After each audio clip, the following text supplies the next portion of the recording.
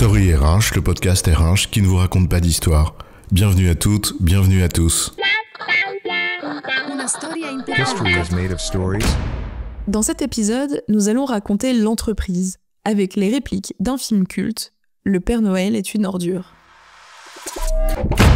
L'entreprise, on lui en demande tant. Pourtant, c'est pas la mère Noël non plus. Faudra pas pousser Gégette et Pougix dans les orties. On la critique tant, l'entreprise, pas Zazette. Comme disait Pierre, je n'aime pas dire du mal des gens, mais effectivement, elle est gentille, l'entreprise. C'est vrai que, je cite, de l'extérieur, c'est magnifique, comme disait le même Pierre. Celui qui crèche, non pas dans la crèche avec l'âne, qui souffle comme un bœuf sur sa mèche bien taillée, mais Pierre Mortaise, celui qui crèche chez SOS Détresse Amitié, avec Thérèse, celle qui rit quand elle n'est pas à l'aise, parce que l'entreprise, c'est pas non plus les bisounours.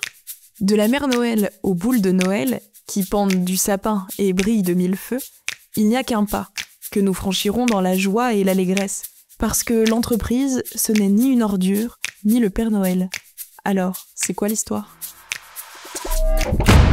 C'est cela, oui. L'entreprise sous les feux de tous les projecteurs, pour le meilleur comme pour le pire. Pierre, on nous regarde, comme disait Thérèse. Les uns lui prêtent toutes les vertus du monde, quand les autres la critiquent à tout va. C'est la faute au grand capital, auraient dit certains syndicalistes de l'époque, aux formules qu'on aurait cru tout droit sorties du Père Noël. Et vas-y qu'on en dit pique-pendre.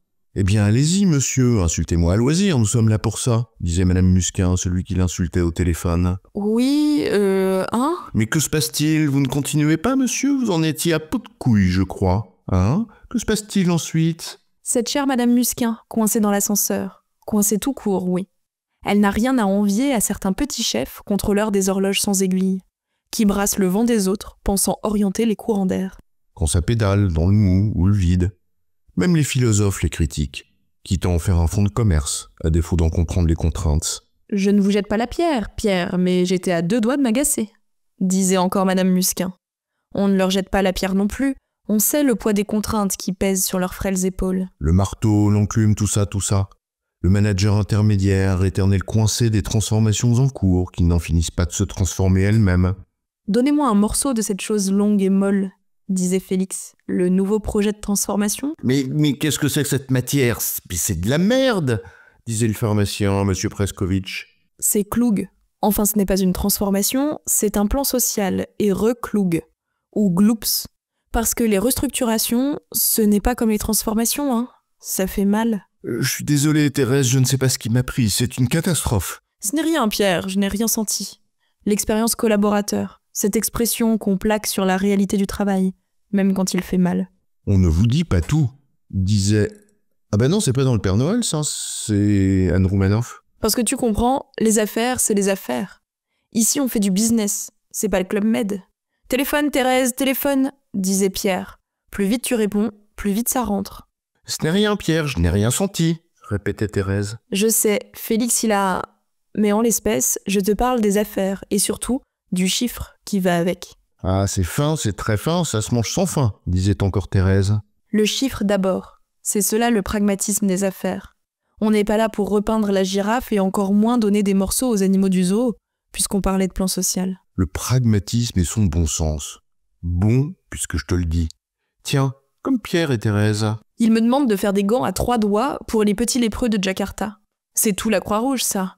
Vous croyez pas que j'aurais plus vite fait de faire des moufles ? Entre nous, Thérèse, une bonne paire de chaussettes et hop.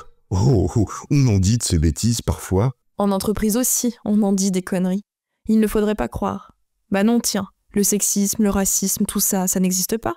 Entre discrimination à peine voilée, blagues assassines et maladresses blessantes. Tiens, on en avait plein dans ce film, c'était dans les années 80.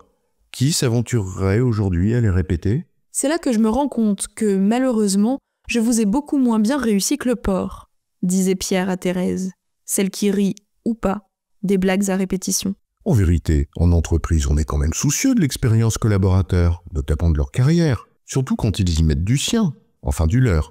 Ou du leur, celui qu'on leur fait miroiter. Des entretiens de mobilité qui sonnent, non pas comme le téléphone de Thérèse, mais comme ce dialogue avec Katia, qui essaye de remplir un formulaire pour Zézette. Et boueur, ça vous va ? Et dites donc, pourquoi pas ramasser les poubelles tant que vous y êtes ? Ça va pas, non ? Non, on va mettre autre chose, on va mettre Oh bah vous avez qu'à mettre buralier. Pardon? Buralier, celui qui travaille dans les bureaux. Ah oui, vous voulez dire buraliste? Mais non, buraliste, ça bosse dans un tabac, mais vous êtes complètement abruti, vous, hein. Mais diable, quand la RH comprendra-t-elle enfin les aspirations profondes du corps social? Bon, en même temps, entre appétence et compétence, faut dire que la RH, les salariés, ne l'aident pas toujours non plus. Pierre, je vous jure, j'ai touché à rien. Bien gentille, Thérèse, et plein de bonne volonté.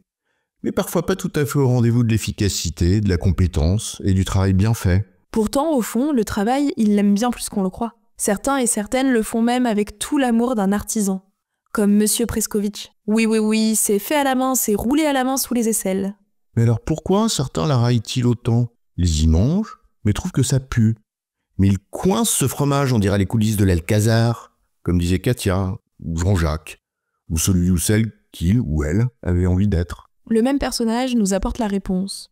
Vous êtes myope des yeux, myope du cœur et myope du cul. Parce que l'entreprise, je cite, n'est pas moche. Elle n'a pas un physique facile, c'est différent, comme disait Pierre.